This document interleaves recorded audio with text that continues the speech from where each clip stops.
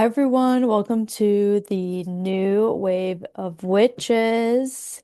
Tonight is the lunar eclipse in Virgo. That's the chart that we're going to be going over.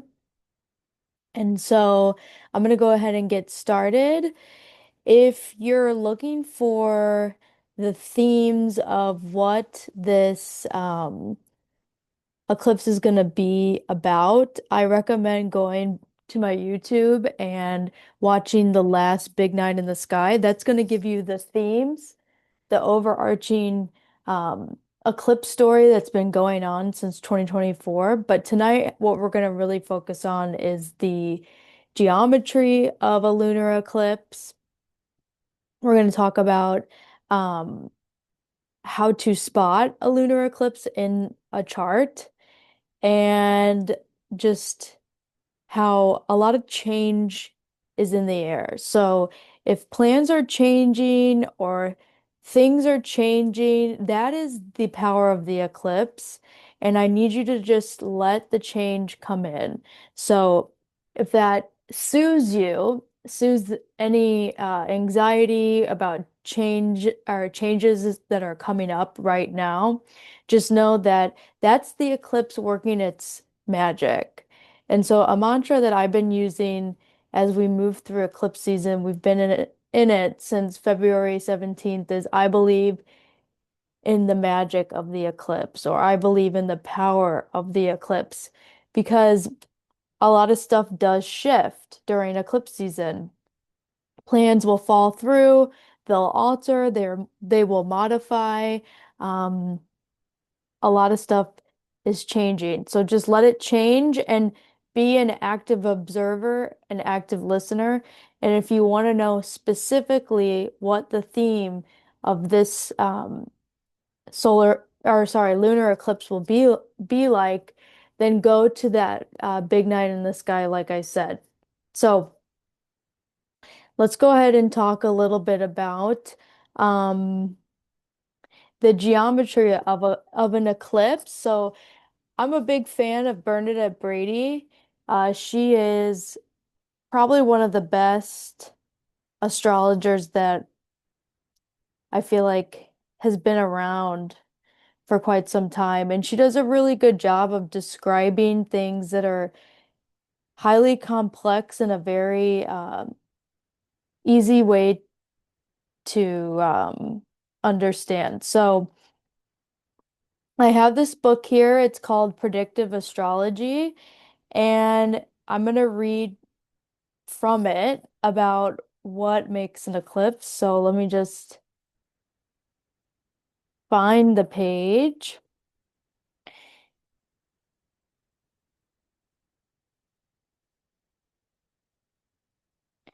Okay, so here we go for the lunar eclipse. So if you're with me or you watched the last new wave of witches, I went over the solar eclipse, and that's a little bit different. But we are going to be focusing on a lunar eclipse. So a lunar eclipse, just off the bat, what you can think of, a lunar eclipse is a full moon times 10. So we are working with a full moon, whereas a solar eclipse is a new moon times 10. So they're different, there's different components to each. And so this is what Bernadette Brady describes for a lunar eclipse. She says the eclipse of the moon is not as dramatic to the modern eye and is caused by the moon passing through the Earth's shadow. The resulting effect is that a full moon will darken and appear to go through a whole series of phases in the course of a few hours. The Earth's shadow will sweep across the face of the moon, causing a full moon to darken. Unlike solar eclipses, where you have to be in the correct location on Earth to see the effect of the darkened sun, the lunar eclipse is visible from all locations where the moon has risen above the horizon. This means that you should be able to view the darkening of a full moon for about half of the total number of lunar eclipses. So she's basically saying that you don't really need to be in the path of a lunar eclipse to see it. Now, when we're working with solar eclipses, you do need to be in the path, or you won't see it anything at all. So there's some differences there, but what we're working towards right now is we're working towards a blood moon. So a blood moon is going to be visible in a quite a bit of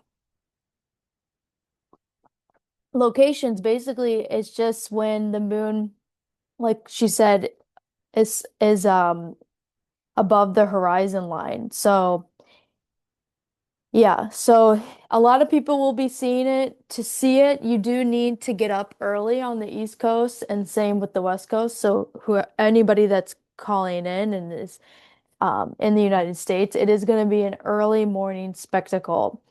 But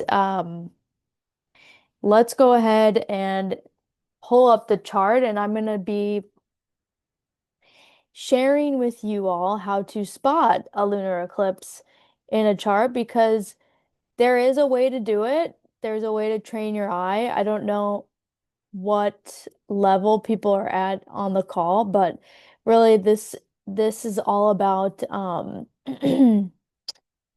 this is all about training your eye with astrology charts and getting better at reading astrology charts. So if people on the call could just give me a thumbs up that you see uh the chart, it should say full moon lunar eclipse in Virgo. That's going to help me to know that you can see it. Okay, great. Thank you, Bella.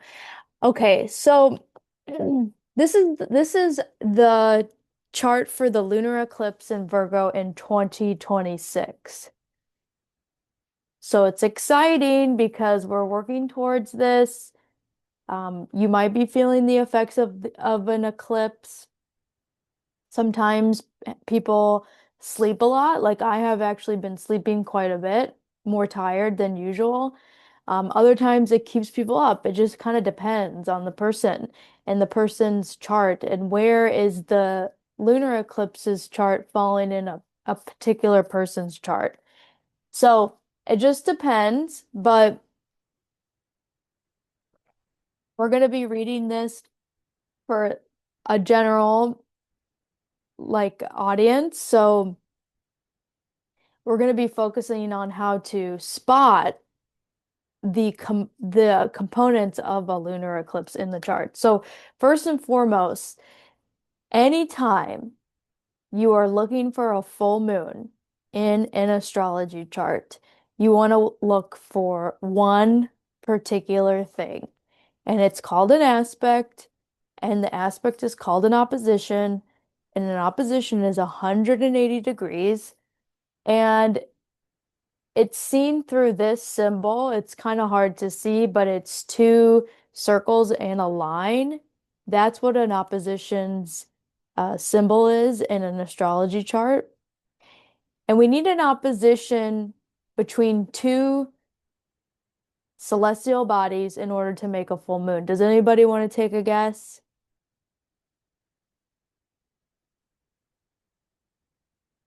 Okay. Yay, I love that. Yes, good. I love the participation. So yes, the sun and the moon always needs to be in opposition for a full moon to happen. Therefore, when we're in Pisces season, which we are currently in, we're at the tail end of the astrological year. When it's Pisces season, the full moon is going to be in the polar opposite sign of Pisces, which is Virgo. So Virgo makes an opposition to Pisces in the zodiac. So you'll just kind of be able to use that going into any season. You know, last season we were in Aquarius season, and the full moon was in the opposite of Aquarius, the sister sign, and it was in Leo. So that's just something to always use as we go through different seasons. But so this full moon is in Virgo because we're in Pisces season. So in Pisces season, we always have a new moon in Pisces. We haven't had that quite yet. And we have a full moon in the opposite sign of Pisces, which is Virgo. So this full moon is happening in Virgo, but it is a different type of full moon, and it's a full moon times 10. So typically, when we have full moons, it's a great time to manifest. It's a great time to do release rituals. It's a great time to cord cut because that's a release manifestation ritual. But when it's eclipse season, we do not want to get in the middle of what's happening. We kind of want to take our hands off the wheel and let the universe do most of the work. So it's a really good time to detox manifestation rituals because, like I was saying in the beginning of the call, there is so much change that's coming in. You do not want to interfere with that change because this is change that you can't see, I can't see. It's change that's faded. And it really, eclipse season is when fate really comes into the conversation of astrology. And fate is nothing more than, um, it's nothing to be scared of. It's just really what I have, I have a little quote that says it really well. Okay, so this is what it says. This is from Astro. And they say this, fate is what we experience as being sent by higher powers. So really, it's just kind of what maybe we kind of already signed up for before we came down to Earth. So that's why we just don't interfere. We kind of let the cosmos take the wheel, and we put a lot of trust in the higher powers to bring the change that we want or bring the change that we need. And so that's why the mantra, I believe in the magic of the eclipse, is really a good one to work with during this time because it's all about surrender. And surrender is a big word when we're in Pisces season because we're at the tail end of the astrological year. We really should tend to the garden of our, the garden of grief, all the things that we've done up until this point. Um, Pisces is at the end of the zodiac, and it's a real in the northern hemisphere, we're still in winter. It is a period of grieving. And so there needs to be a little bit of surrender. And so surrendering is big during eclipse season anyway. But okay. So the way to understand that it's an eclipse is to look for a mathematical point in the chart. And in this particular chart, all the mathematical points are in white. So you'll see a couple different mathematical points, but we're going to be zooming in on the mathematical points that are by the sun and the moon. So those horseshoe looking symbols. And so let me tell you a little bit about these. These are the nodes, and they are attached to the ecliptic orbit of the sun and the moon. And this is really what makes eclipses. And if you look at the symbol, when we work in the glyphs of astrology or the symbols of astrology, we're really working with three different things. We're working with spirit, soul, or matter. And what you see here is spirit and soul. Matter is typically shown in a cross formation or an X or some type of variation of those two. And these three symbols are throughout all the glyphs, all the symbols in the different planets and asteroids. They're seen throughout, and not every planet has spirit matter and soul. And so when we're looking at the mathematical point, the lunar nodes, we're only working with spirit and soul, which I find very cool because this is a very spiritual experience that we're in.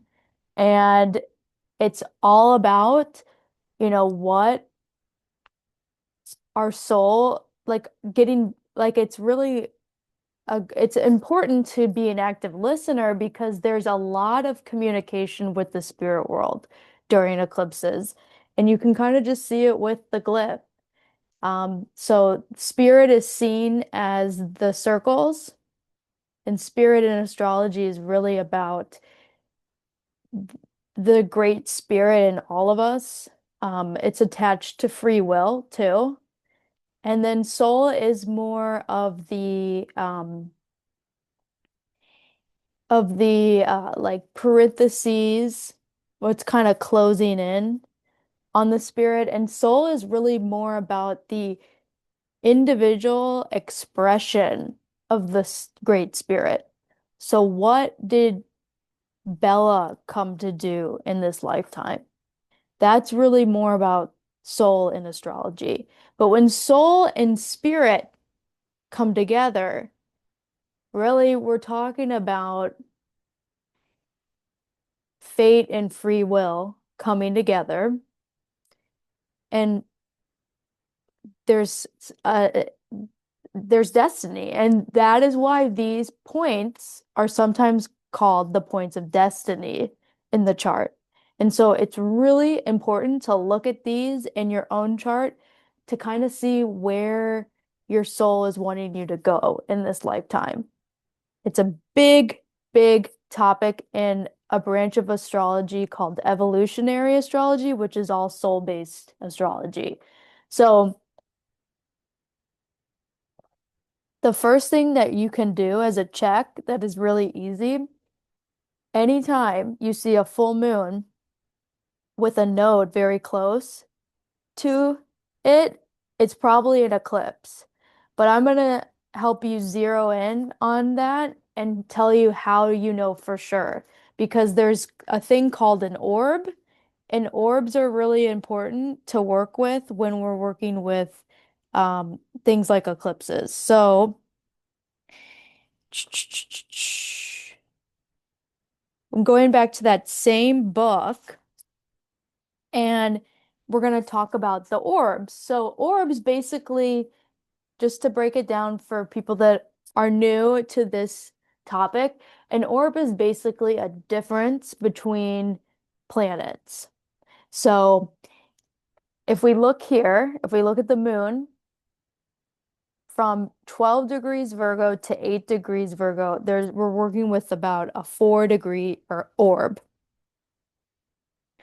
Okay, so the minutes over here are the minutes of a degree, so they're not really like a minute of our time. It's a minute of a degree. And it's really different for each planet because remember, each planet takes um, a certain amount of time to revolve around the sun. So some of the minutes go quicker than others, and same with the degrees. So we'll just work with the degrees and we'll say that we're working with a 4-degree orb in this chart. Sound good? Is everybody with me? Please ask questions if you want to, because I'm happy to answer them. Okay, so lunar eclipses. So here we go. Lunar eclipses, the orbs are much smaller. If a full moon occurs within 12 degrees, 15 minutes of either node, then a partial lunar eclipse can occur. If the full moon is within 9 degrees or 9 degrees, 30 minutes of either node, there must be a partial lunar eclipse. If the full moon is within 0 degrees to 3 degrees, 45 minutes of either node, then it must be a total lunar eclipse. If the full moon is within the orbs of 3 degrees, 45 minutes to 6 degrees, 0 minutes of either node, the lunar eclipse can either be partial or total. So, just based off of what I just read, the eclipse that we're working with can either be partial or total. But with the help at our friends at NASA, we know that this is a total lunar eclipse. And there's a part of me that wants to say that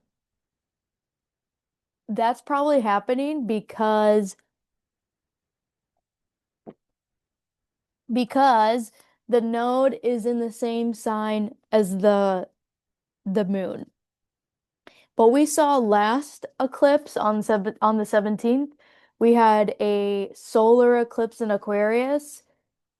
And so the sun and moon were in Aquarius, and the node wasn't quite in Aquarius. It was in Pisces. And so that was an annular solar eclipse.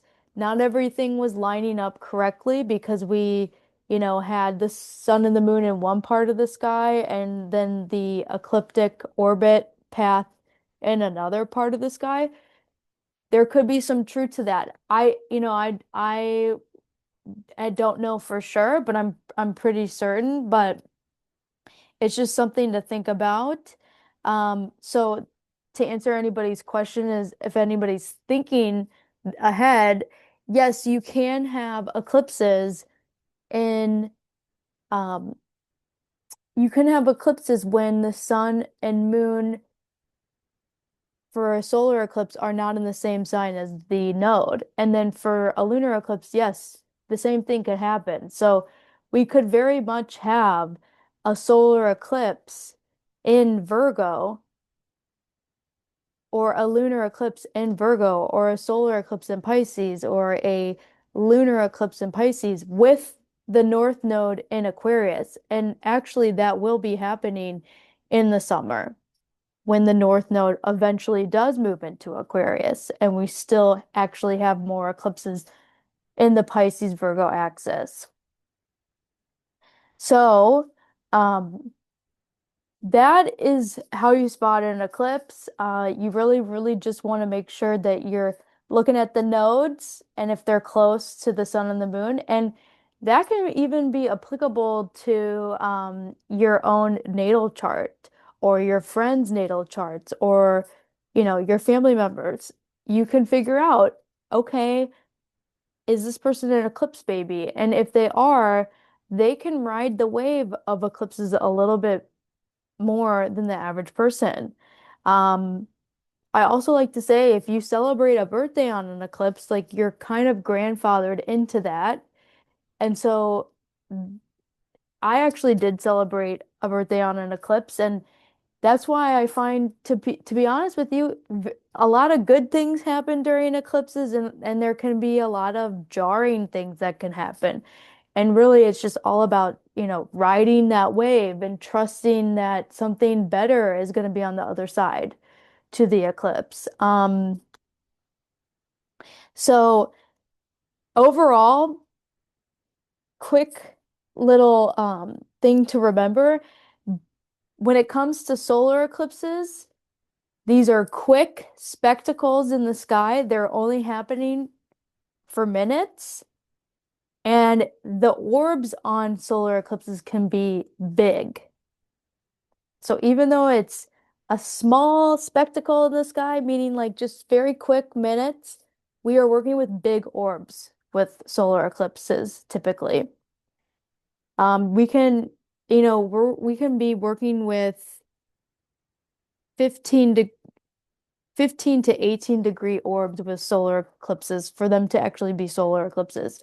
Now, with lunar eclipses, it's a smaller orb, but it's a longer spectacle in the sky, meaning that you can view a lunar eclipse for hours compared to minutes. Um, so just kind of something to like work with, also like just something to always like keep in the back of your head. Just knowing the difference can be helpful. Um, I think what I want to do is I also just want to tell you about like the positioning of the sun, moon, and the sun, moon, and earth, because there's three celestial bodies that make up an eclipse. And I think it's helpful to kind of visualize like what is going on during an eclipse. Okay.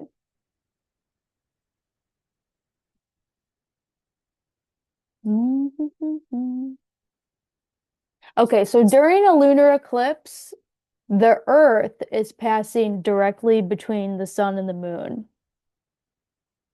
So it's sun, Earth, and moon. And the Earth casts a shadow onto the moon. So that's why we're seeing that crimson blood color. Um, and then for a solar eclipse, during a solar eclipse, the moon passes directly between the sun and the Earth. So that's why we see that maybe ring of fire or the shadow. Um, so it would be sun, moon, and earth for solar. So sun, moon, earth for solar, and sun, earth, moon for lunar. And I'm gonna write that down because it's good for me even to keep that um handy because we have to kind of think what is exactly going on. And so that is what it is. And then, what I wanted to do next is just talk about where we're at currently astrologically with the North Node in Pisces. I want to talk a little bit about Pisces in general. And then we'll have time for questions. So if anybody has questions about eclipses, um, I'm happy to answer them to the best of my ability. So Sun, Earth, and Moon for lunar,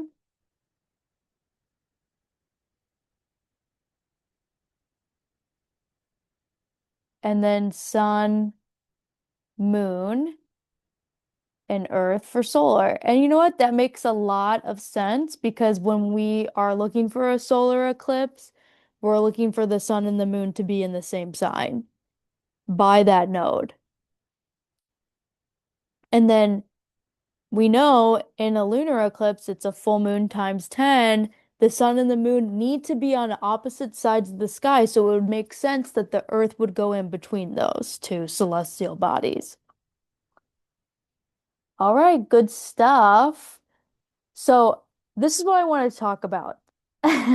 This is when the conversation gets more interesting. That was very technical, and I think what I really like about Bernadette Brady is she breaks up that astrology is two different things. It's the technical part, which we just went over, the orbs, the formation in the sky, uh, the geometry of the eclipses.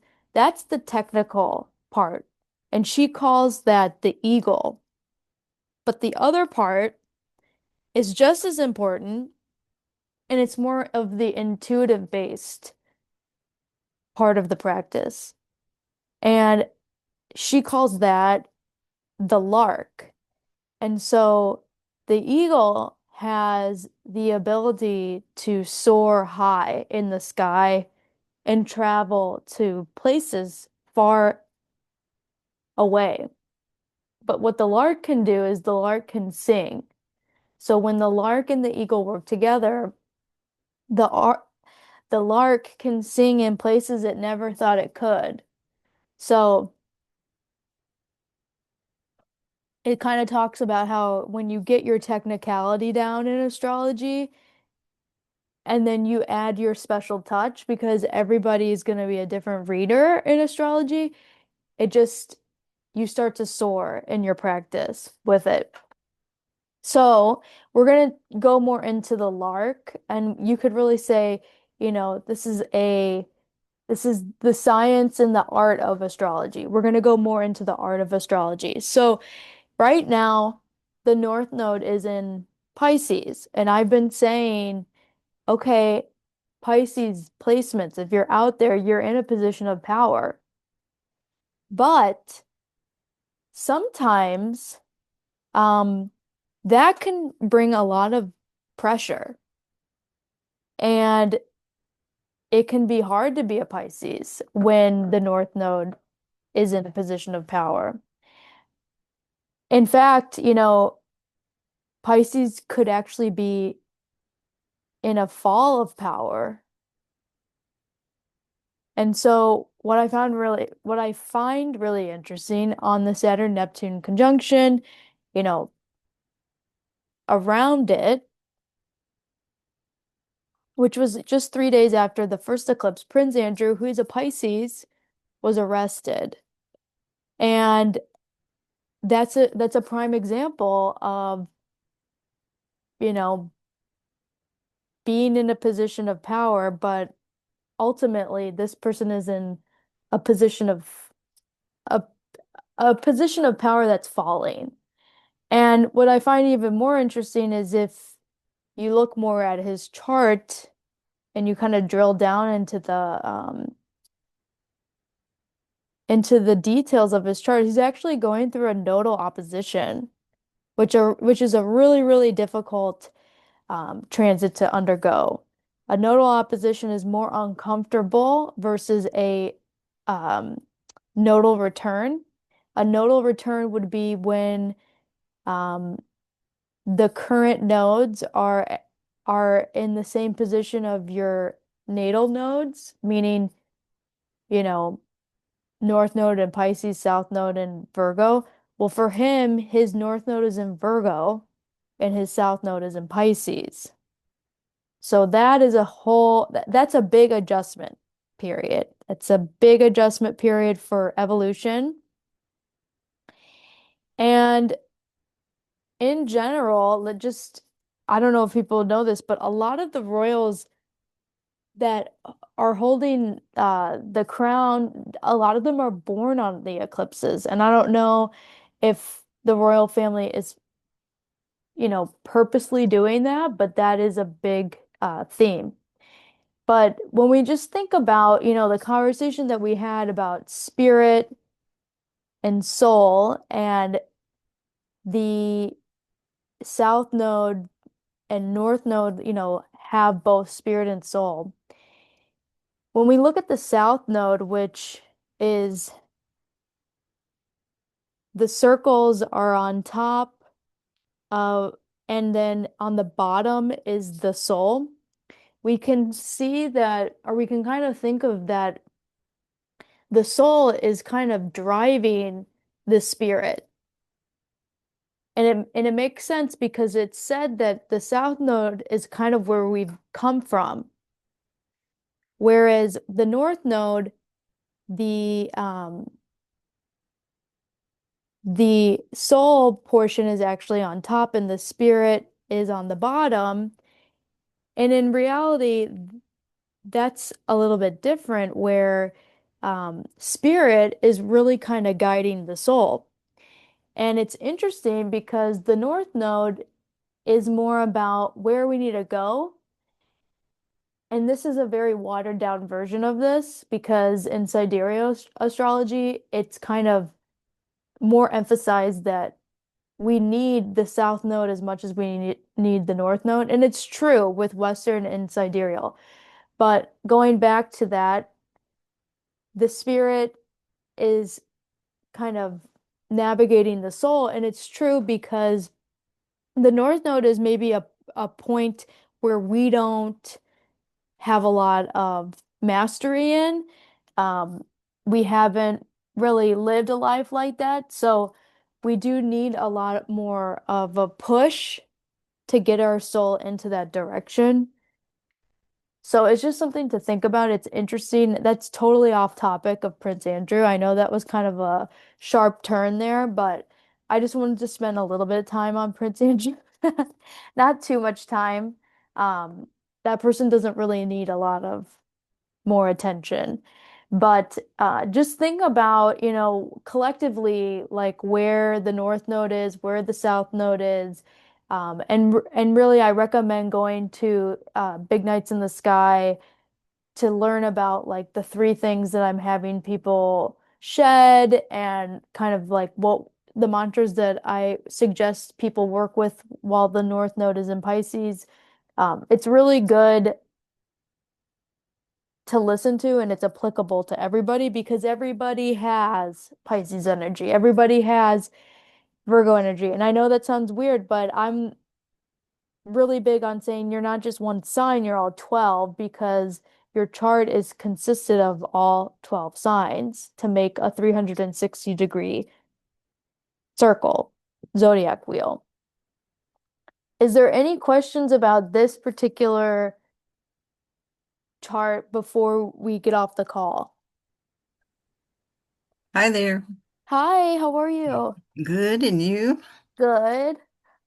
So, I just had a few questions because I pulled up my chart and I was looking at it. So I do have the North Node in Scorpio and the South Node in Taurus. Okay. In the, let me see, I think it's the second or third house. Okay.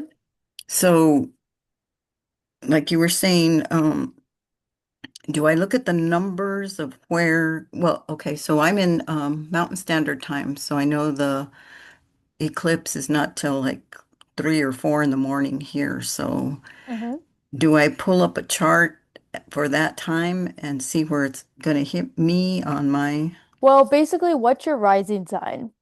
Your it's a ascend. Virgo. Okay, so you're wow. So what degree is your ascendant in? Let me see. My ascendant is in, I think it's 14. Okay, so perfect. So I can just tell you right now where the eclipse will be hitting for you. You don't need to pull up a chart because even if you pulled up a chart for your time zone, this just the time zone will change. Um, what else might change is the rising sign, but this is pretty much the chart across everywhere. Um, Okay. so you will be having the eclipse hit not your first house, because your house starts at 14 degrees Virgo, correct? I believe so. Okay, so if that is true, the lunar eclipse is happening at 12 degrees Virgo, which would mean that the eclipse will be actually happening in your 12th house, which is a very spiritual house. It's the house of Pisces, it's the house of the unseen, dreams. Um, so it's more of like a mental health house, and this is a pattern breaker. Lunar eclipses are pattern breakers. So that would be happening. That's where this eclipse will be happening for you. And remember, these things aren't light switches. So the change that you might feel, like you might not notice it right away. It might be subconscious because this is a big subconscious house, the 12th house. Okay. So in my regular chart, in my natal chart, what I have in the 12th house is Uranus. Yeah, so Uranus is the planet of shock and change. It's also the planet of liberation. Okay, so liberating. Maybe there's Okay, maybe there's some thoughts because you got to think that Virgo is a mercurial sign and it's about thoughts. So I would recommend going back to my YouTube and watching that one YouTube that I was suggested. But okay, we're at time, so I appreciate you coming and asking questions, and please come to the next one on March 18th. okay. And yeah, this is pretty helpful because I could never understand the nodes very well. So again, I think I got it now. So Yay, good for you. That's awesome. I think I finally realized how that works. Now I just have one more question. On my chart, I have a lot of red and blue and like turquoise lines, trines, Hmm. but mostly I have in conjunctions. I